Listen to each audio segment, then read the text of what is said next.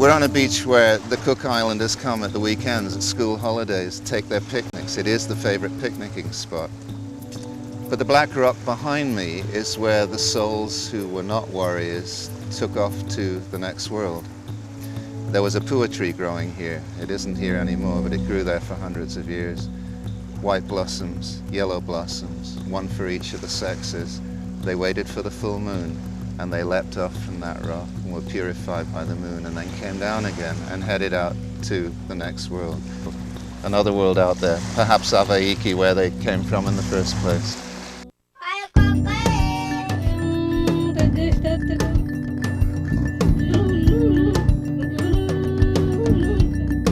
They were the only colonized people who fought the British to a standstill.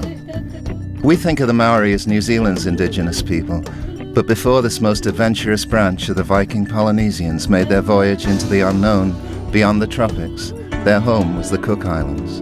It is still their territory, a far-flung group of tiny Pacific islands that to this day are as close as one will ever find to the paradise which lured, and still lures, romantic Europeans to the South Sea.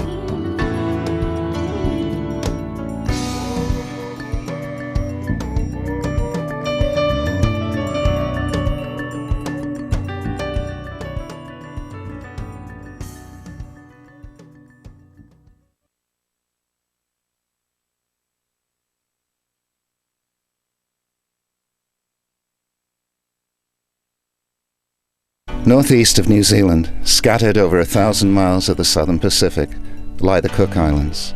Some are volcanic upthrusts, some classic coral atolls, and some are a combination of the two. Here are 3 representative islands from the southern group, their Maori names evocative as their scenery: Rarotonga, Aitutaki, Attu. These trees I absolutely love. You get them everywhere. It's the frangipani, of course, the most perfumed tree in the world, and it just looks like something dead. And then there's one leaf poking out, and then there are going to be the flowers, and then the whole world is going to smell. And you just feel like a kid. You just want to sit down and roll on the ground and just drink it all in. And I suppose that is the rhythm of the Cook Islands. That's what people come for, and people who charge around just aren't going to have the chance to indulge themselves. Rarotonga, the largest island, is barely 6 miles across, a ragged, verdant mountain ridge rising from an apron of fertile flatland. The 4-hour hike from coast to coast is a unique, scaled-down experience of mountain heights and jungle depths.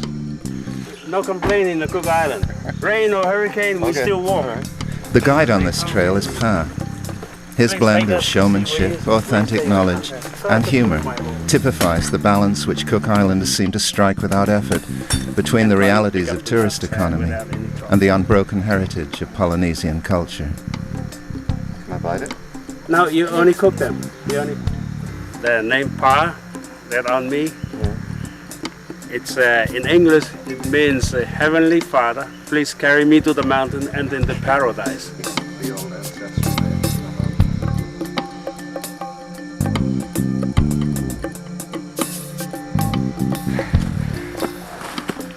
This is the sort of place that in almost any forest in any part of the world would draw my attention, because it's the vegetation is almost contradicted by the rock heaving up here. But then you look at this rock, and I asked Pa, our guide, what made those wrinkles, those crevices, those lines?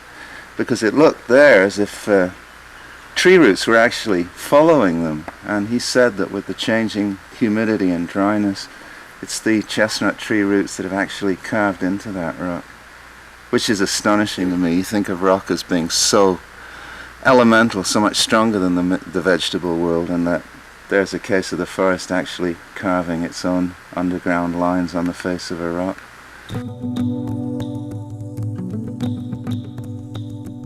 Te Manga, the needle, stands out like a mariner's beacon, as it must have 800 years ago or more, when the great twin-hulled canoes of the first Maoris put in here.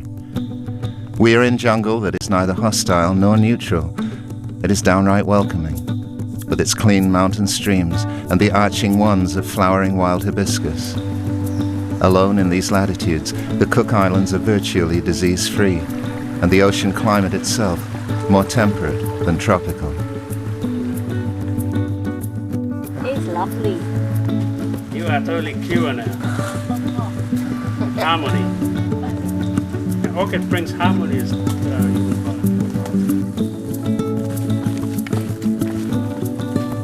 We are coming close to the end of our walk.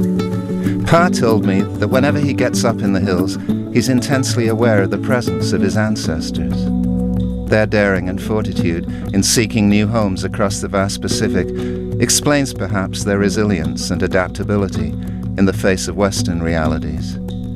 But they're a famously seductive people too, and some visitors, like the New Zealand meteorologist Roger Malcolm, fall in love with an island girl and never leave. The people here are not ashamed of their culture. In fact, the fact that people come and see it and enjoy it reinforces the fact that their culture must be worth preserving. What about the kids now? We've met people between the ages of 40 and 20 who have gone back, discovered their culture, and I use the word exploit not negatively, but they exploit that as part of a tourist service thing. You'll find someone resplendent in a grass costume, them being the porter at the hotel, with no shyness or embarrassment, or it seems to me confusion about it. But what's the next generation going to do? I think it'll much be the same, because this generation has the two cultures. They are separate. There's an entertainment culture, and they enjoy it. They definitely enjoy it. When you see the children growing up, the mamas have got the bottoms of the little babies and they're wriggling them just to get them. Well, that's how they learn. Yes. Almost everyone, except perhaps their Tahitian cousins, will agree that the Cook Islanders are the best dancers of the Pacific world. Dance is central to their culture, aggressive, erotic, and utterly joyful.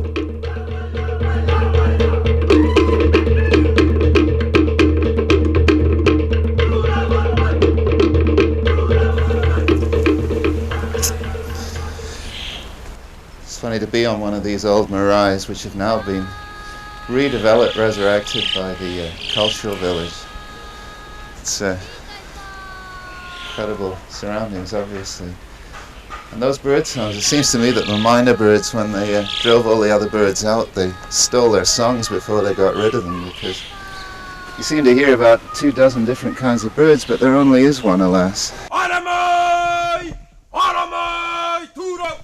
The performance of James Tuaputa, this fearsome young man at the cultural village, speaks for itself. Now there are 8 varieties of coconuts with different color. You point this stick, never take your eyes away from the pointed stick.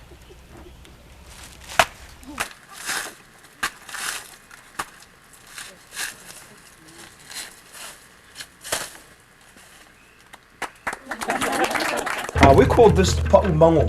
Pa'u is a drum, mango is the shark. They use shark skin.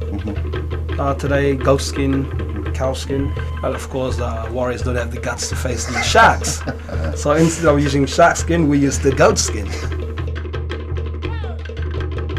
Voice, percussion, and theatrical body movement are the essence of Polynesian dance, though one traditional wind instrument won me over completely. Very different from blowing through the nose. You know, you can get long sound. Really? Yeah. You block one, Yeah. and just.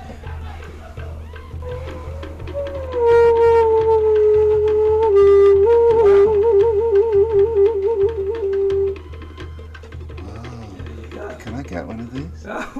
James is also an electrician at a resort, and our next guy, Rangi Henry, is a former New Zealand policeman and rugby player. I played rugby, both sports rugby and rugby league while I was in New Zealand, and eventually hung up my boots around about 15, 16 years ago. And I eventually found out that holding a guitar, making a living out of it was a lot more easier. Is that right?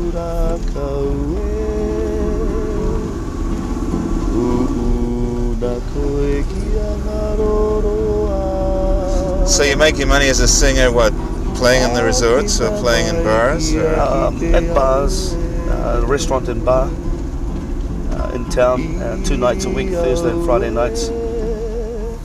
Carla told me all Maori songs are love songs. Is that true? Yes, I think so. It goes with the surrounding. What does that mean? This is the Love Island.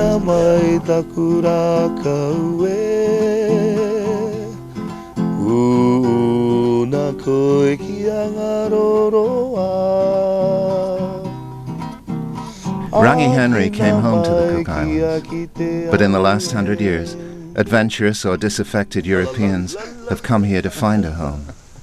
The harbour master in Avarua, Don Silk, is such a man, and has memories of the most famous of them all, Tom Neal. Tom Neal was in the New Zealand Navy during the war, couldn't settle down ashore, came to the islands and worked on ships, and had this fad about living on his own.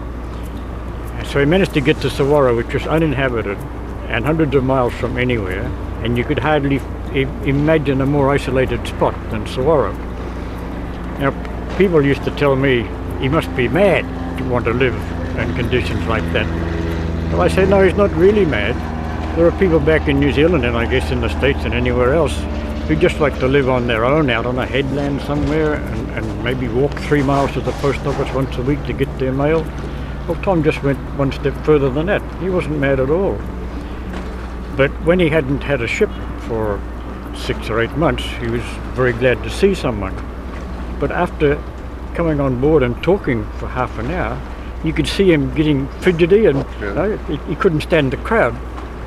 Then, of course, when he wrote his book, An Island to Oneself, and yachts started going there, the place got so crowded he dreaded another yacht coming into the lagoon.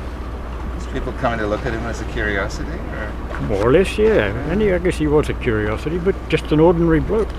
But why did he come to Rarotonga? He got too old for that life, or he escaped the visitors, or what? Well, you mean why did he come back here from Sawara? Yeah.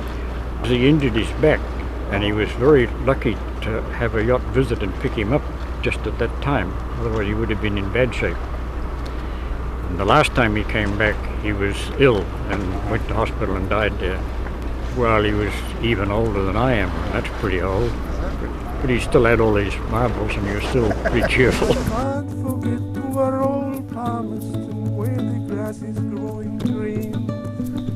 The South Sea's dream of the island lagoon, the clear water, and the ocean breaking harmlessly out on the reef is still the biggest lure for the solitary dreamer, or for the energetic tourist.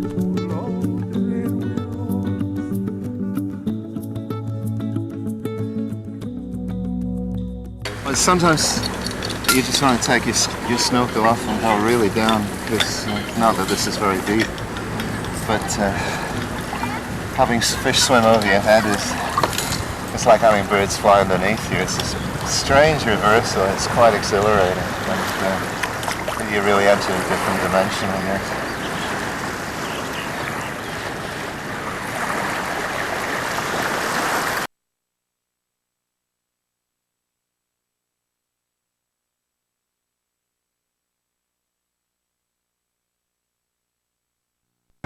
With me bundle on my shoulder, faith there's no man could be bolder. As someone who detests the noise pollution of snowmobiles and jet skis in my own country, I should be ashamed to have found so much pleasure in a moped. And I start for Aitutaki without warning. The common mode of getting around if you're not particularly affluent or don't have to carry freight is to take the moped. Once you get used to the eternal hornet buzzing in your own ears, it's actually quite a wonderful way of traveling. When you're on one of these little mopeds, you never quite know what you're going to run into, but I've never seen people so casually unafraid and unaggressive and uncompetitive outside of Ireland as these Cook Islanders.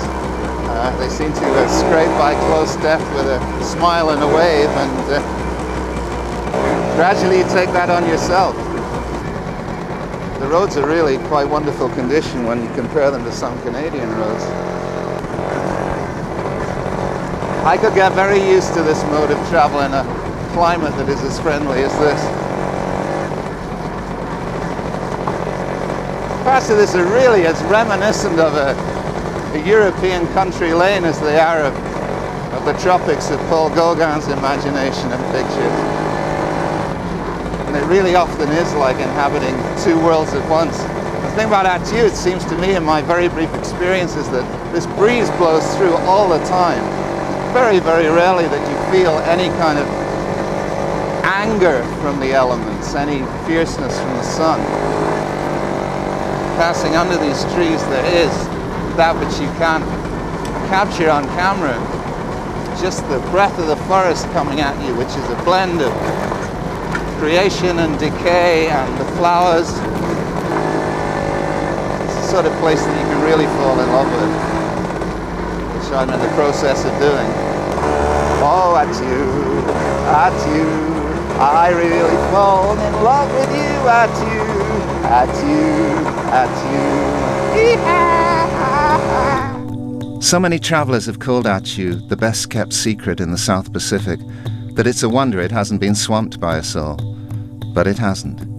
It's as different from Rarotonga as one could imagine, low-lying and entirely formed of heaped-up coral upon a volcanic seamount.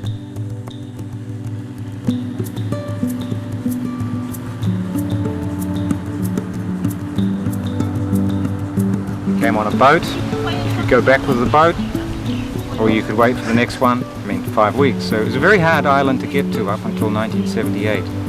And when the airport opened, it meant you could come and go almost any time of the week. Rarely more than 20 feet above sea level, Attu, like all the islands, scales up around you. The venture to the interior is like entering a continent.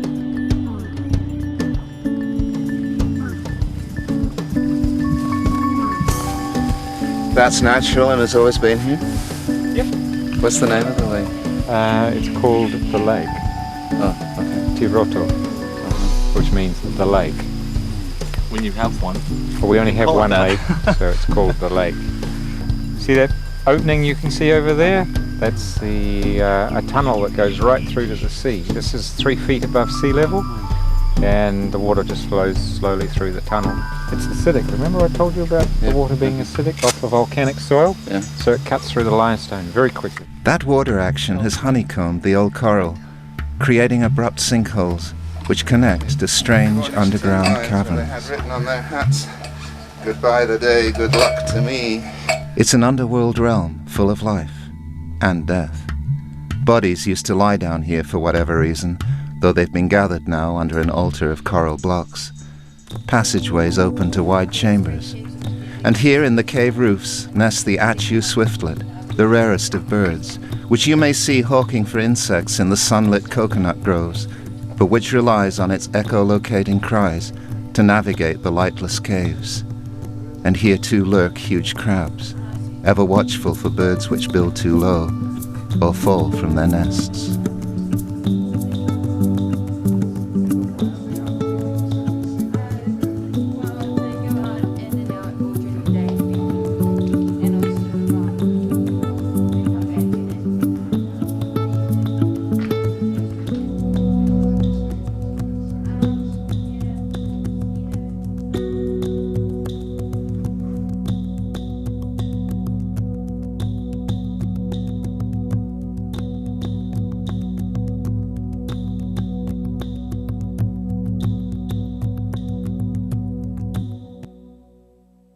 Coming out into daylight is not quite the relief you might imagine. All round you are reminders that this was once a world underwater. The forest air seems almost subaqueous. The coral fissures and upthrusts seem arrested in motion, as though they might lurch on again if you blinked. How easily the forces which created these little islands could reclaim them and trundle them back to the sea's bed. It's a darkly enchanting place.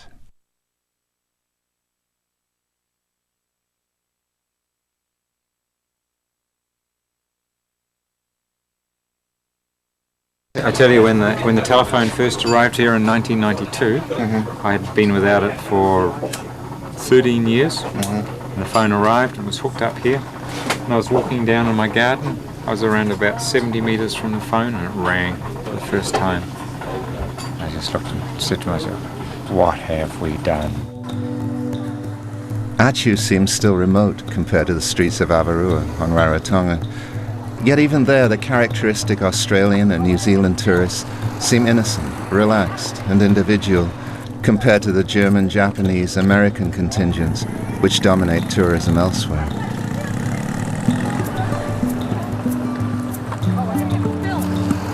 But you deal with visitors who come here. Where do they come from? Well, I think they come here because we're still in the past. We're about 30 years behind Rarotonga, and Rarotonga is probably about 15 years behind the rest of the world. So we're probably 45 years behind what people expect in a city in Europe and in Americas. So when they come here, they want to see the past, and which is tough for us. If we're going to be a destination for people to visit, we can't be rushing towards the same direction as New York City. But it seems to be the way the world is. We're putting on our suits and our ties, and we're getting rid of our cultural dress.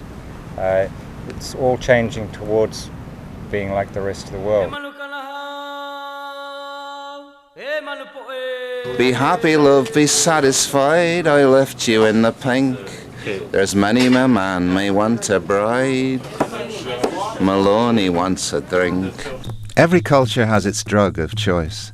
The Maoris used kava root, and when missionaries eradicated that, they brewed orange beer back in the bush, in the hollowed stumps of coconut palms, the tumanu. The brew is potent, euphoric, and hangover-free, and can be made in a week. The tumanu may look like a guy's clubhouse, but it functions as an alternative to church, complete with exhortations to brotherly love. And the tourists love it. If you're walking by, come and never be Arto is the blessing that you Arto is the blessing that you It's another puppy side of the road. If you walking by, come and never be Arto is the blessing that you We went with Roger this afternoon and drank this interesting brew in a pub, and there were a lot of good old boys having a good time. It really was fun, it really was. But at the end of it, there was this extraordinarily awkward moment, Kura, where a man needed to, in effect, say, give us some money. Some little message hadn't got through, and suddenly the relaxed, joyous jollity turned into, you're rich people from North America compared to us, and we have given you a bit of culture, pay us. But it shouldn't have come out that awkwardly, and that's the beginning, when the cold eye of the landlady or the bed and breakfast person starts measuring the tourist. It's all over. Certainly, tourism alone will not keep the Cook Islands solvent, dependent as they still are on subsidies and remittances from New Zealand. The last 10 years is just hopeless because there was nobody in the government that understood what needed to be done. They focused on just single money earner, which was tourism, and of course it didn't grow that much, and it stayed static. But they left agriculture go, they left manufacturing go, they left what individuals can develop. And over-program, which is of course a socialistic way of doing things, over-program the people and minimize their ability to create. Agricultural ventures like coffee growing are being revived, still on a fairly small scale. But one tourist enterprise at least, the cultivation of black pearls, appears to be booming. They're not black. They're all kinds of other things, but they're not black, are they? Yes, and that's because of the shell creates or produces different colours. They start from a very silver grey, light grey, to a very dark with a lot of beautiful colours like greens and blues and aubergines. So they vary in colours. Well, which ones do you regard as the most valuable? Or doesn't colour really matter? Yes, in it the value? does. There's 5 factors. There's the darker they are, the bigger in size, the rounder in shape, the smoother the pearl, and the higher in luster. But it's personal preference, like it's what you like, whatever colour you like is the best. But when they're valued, it's those 5 factors that determine the value of the pearl. So maybe you could show me.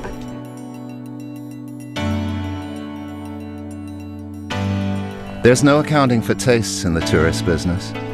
Here, in the grounds of an old church building, beautifully restored, the black pearls, which meant nothing to the islanders' forebears, bring work, income, and skills to Rarotonga.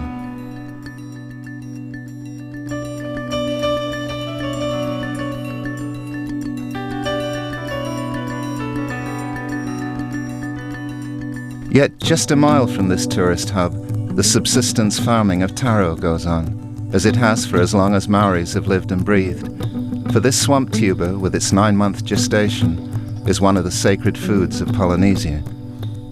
Standing in a taro patch is a little bit like going into a French vineyard when you know absolutely nothing about wine or grapes. It's the staple root crop. It's absolutely delicious root vegetable.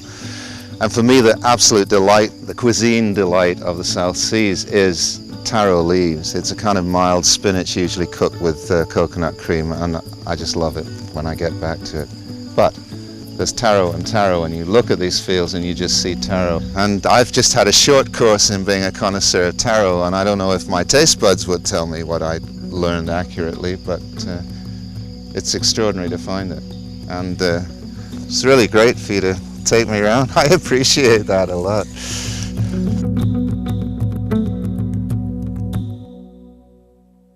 From the taro patch to the palace is no distance at all. We had an audience with the Queen. Cyclone Sally came, took the whole roof. We don't know where the roof gone to. Right. Maybe. Did it go that way or that way? Maybe that way. Tinumana Rutu, an unaffected, mischievous lady who carries all the respect and honor due to the chief of the ancient lineage of Puaihura. Well, some I bought them and some was presented. And is a hat here in the Cook Islands a good present? Anything as long as it's nice when you put it on. I thank you very much, and we really were honored. And you're a very gracious lady with a wicked laugh. Thank you.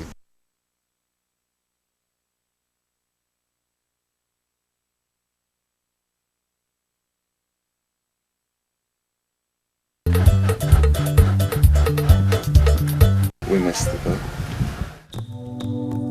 Aitutaki, the Dream Lagoon Island, the portal of Maori settlement. There's a folk memory still of a European ship stopping here with trees growing on the decks. That ship was the Bounty, and the trees were breadfruit saplings, the first casualties of the famous mutiny. But Aitutaki's true history begins 600 years earlier.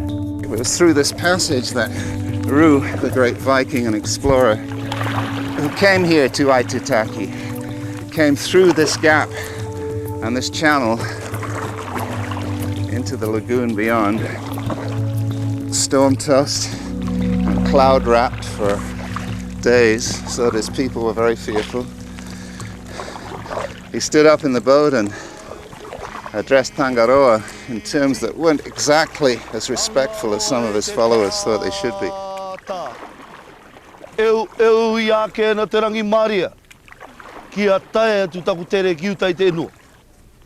Tangaroa I te ti. He was in effect demanding that that great god of the long jaw, Tangaroa, provide him with light, with clarity, and a way to a new land for his people.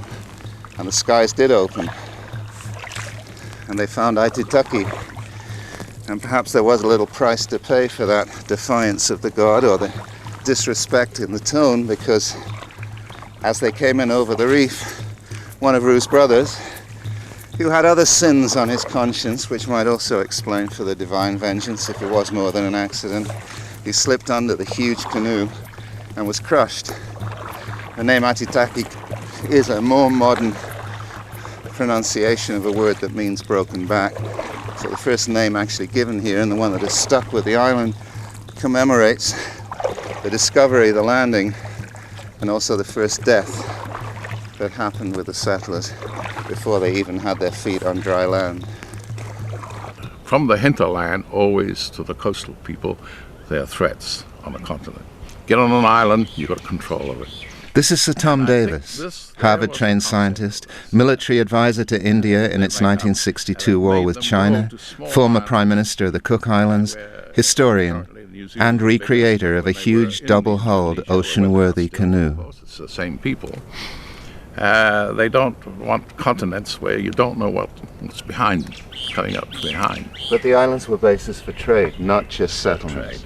You don't build ocean-going voyages and develop a maritime navigational capability and a maritime trade capability. You don't build a yacht to go sailing. That's the motive. The motive is the trading. You've got to gain something from this.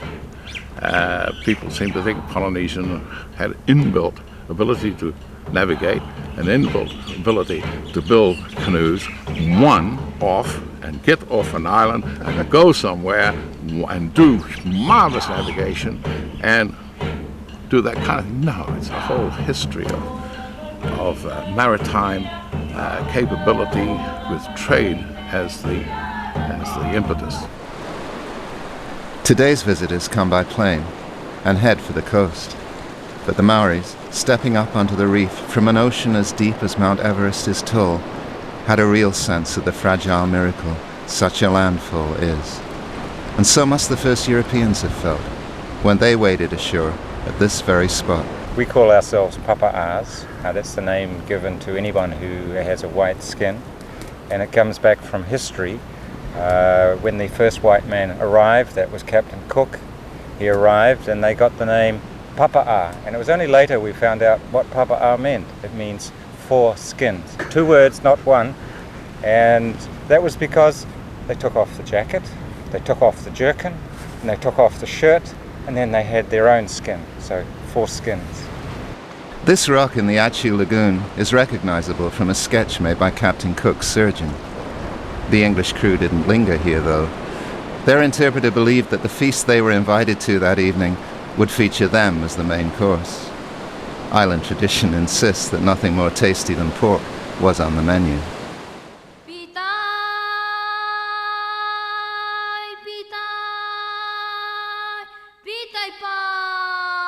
James Cook's interpreter may have had reason to be nervous all the same. As far as we know, pigs were actually introduced by the Europeans. They are called Captain Cookers in Hawaii, and cannibalism was a constant feature of the feuding between tribes. It was as much a question of honor as it was of appetite. Cannibalism is an act of vengeance. If you hate somebody so much, you kill him and eat part of his body. And if you are a father in the early days before the missionaries, then your job is to bring your son up, if you have a son, to train him to fight, to train him to kill, and train him to protect himself. And for him to be recognized as a superior warrior, he has to kill another person from another tribe and eat part of that person's body. Then he is labeled as a great warrior.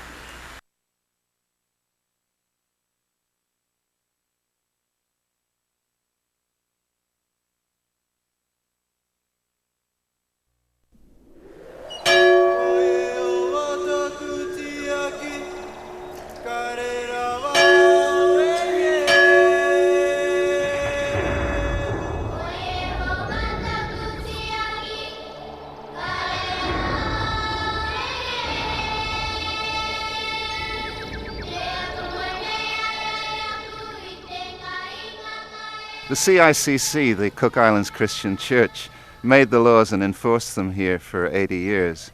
And whatever our preconceptions or attitudes about missionary work, about its civilizing or destructive effects, it's very easy to forget that in a place like this, Christianity has been part of their tradition, a central part of their tradition for 170 years, which is older than our country. And that tradition to them is a great source of joy, and they explore that joy with a great deal of energy and inventiveness.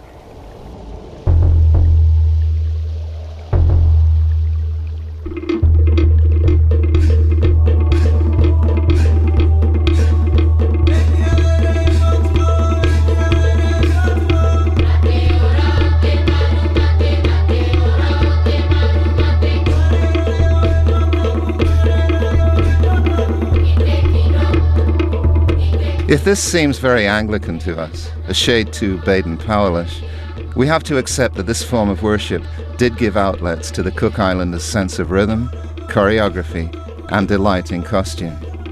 Presumably, it offered a gentler lifestyle also. Yet the old gods were very real to these people, and the question inevitably arises. I'd like to ask you, why do you think Cook Islanders adopted Christianity so quickly and so peacefully?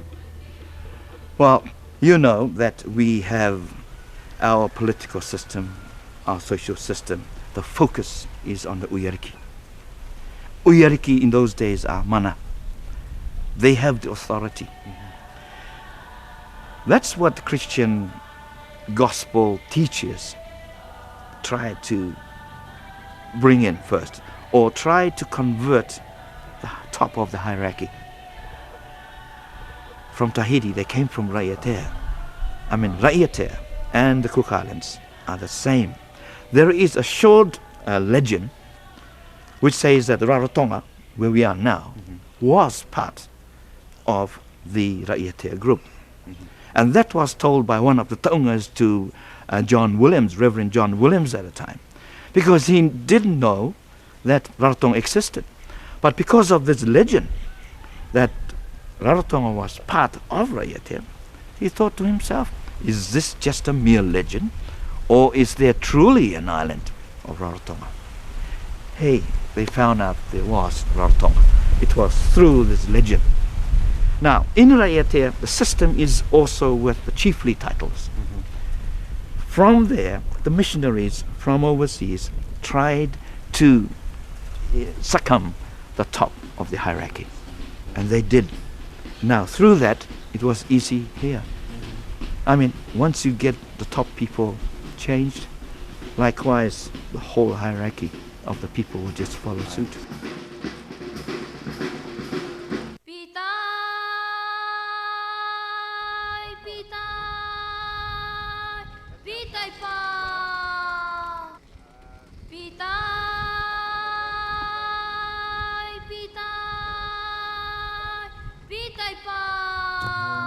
Since independence and what is sardonically called transition here, many Cook Islanders have had to leave home and go and work in Australia and New Zealand, where they are entitled to work, and where they have formed small communities, in fact. But they don't forget home. The chief here, Henry Namaru, mostly works in New Zealand. He gathered his tribe folk, his clan folk, his family, however we would adequately translate that Maori concept of family, and got funds from them to restore the palace, recreate the marae in its traditional place, showing that even when people have had to leave for work, Cook Islanders still believe they're Cook Islanders and their family and tribal traditions are still amazingly important to them. And so people don't most of the time live here, and yet here it is, and the people in New Zealand know it's here.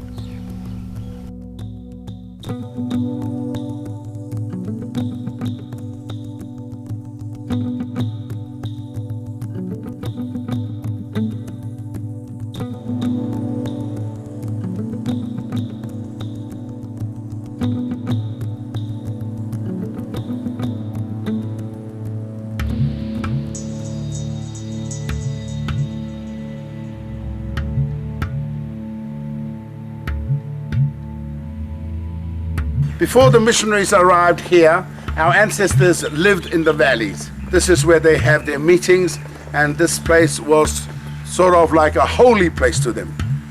This is where you make your offerings.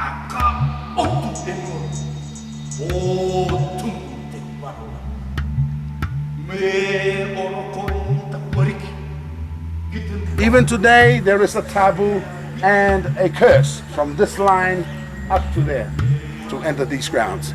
I'm not scared of this place, but because of the stories and because of what I've seen in my lifetime of the people who happens to intrude in this place, it gives me more respect of this place.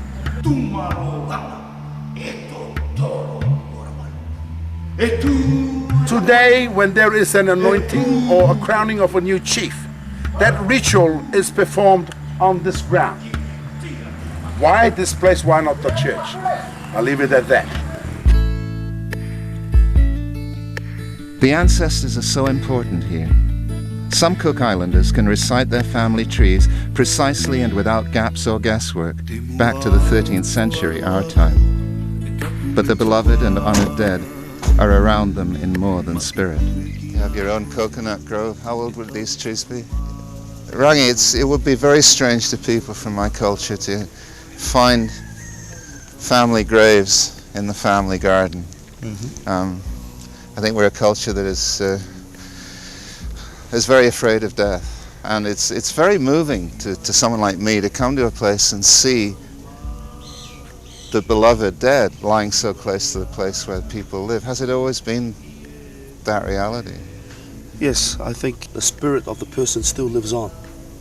And to Polynesians mostly, they believe strongly that that spirit continues on forever. It's always around them, an ancestral spirit and also the spirit of loved ones. Now I think being buried on your own property, it makes the whole process a lot more intimate. The intimate relationship that you once had with that person still will continue, regardless whether he or she is not here. My children know that this will always be a pivotal point for them to return back. Really? Not only here, but also to other relatives' grave sites as well. There's so few kids who really know their grandparents very well. They might see them once a year in our culture, and yet grandparents give so much to children. Exactly. As I'm sure yours did to you. Yes. Yeah. The grandparents play a very important role in the lifestyle of Polynesian people, and tradition demands that a lot of respect is given to our grandparents, and for the few days, or which we term life, that they have left on the face of the earth, is to be cherished and to love them as much as we can before they depart from this world. I'm hoping, and I think for the majority of people today, that this culture and this heart is not put away, but it's kept forever, and that will be maintained by the next generation and the generations to come. I hope you're a prophet.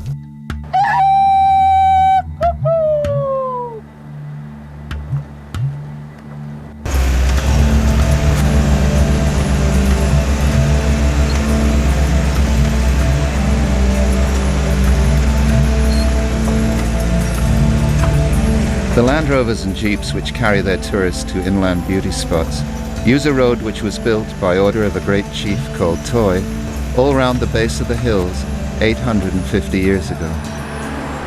From certain viewpoints you can see, as the Irish put it, as far as you can look, out over the ocean which was the Polynesian highway, and down to the breach in the reef where the founders of Rarotongan society came in with their canoes. Do you know what's happening there, where there's that V-shaped lines in the water? It's just to catch the fish. It is a fish weir, is it? Catch the fish. Now, could anyone use that, Anna, or would that belong to a family? Or Anybody can use it. Those ones was mainly built by the village around here. It's a community work. And that's where they go and get their fish.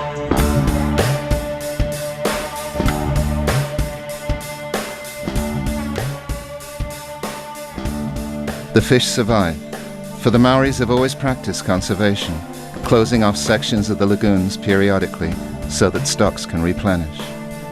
The dancing survives. It's the people's heartbeat, strengthened, not weakened, by its tourist appeal. The simple faith in the church, and one suspects in the older gods, has not yet been eroded by the modern world. But how real is this? The majority of Cook Islanders live in Australia and New Zealand, quite a few in unhealthy environments. The economy is precarious. The balance between tourism and ecological disaster needs constant monitoring. Will they keep to the quota of 50,000 visitors a year? Hard questions, perhaps. But for the moment at least, I know of no other place in the world where the vastness of ocean, the gorgeous fragility of island, and the potent, benevolent presence of the past combine so enchantingly.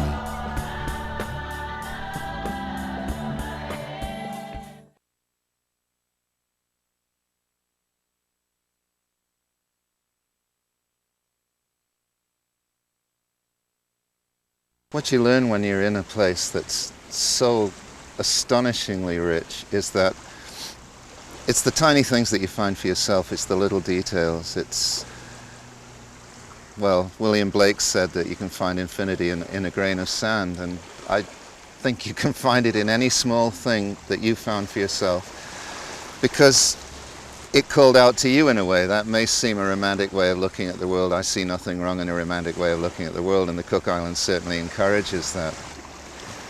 The interesting thing is that you can take photographs home with you, you can take films home with you. You don't get the sounds, you don't get that smell that I've talked about before, that characteristic smell of a place that is perhaps compounded of the fuel, the sea air, the flowers that grow there, whatever. But 5 years from now, if I took this up from a desk, listened to it, smelt it, trickled a tiny little bit of that hoarded sand out of it, what would it would bring to me is where I'm actually sitting now. It's just an astonishingly quiet, friendly, but haunted place. Funnily enough, this little cowrie shell will capture that for me forever.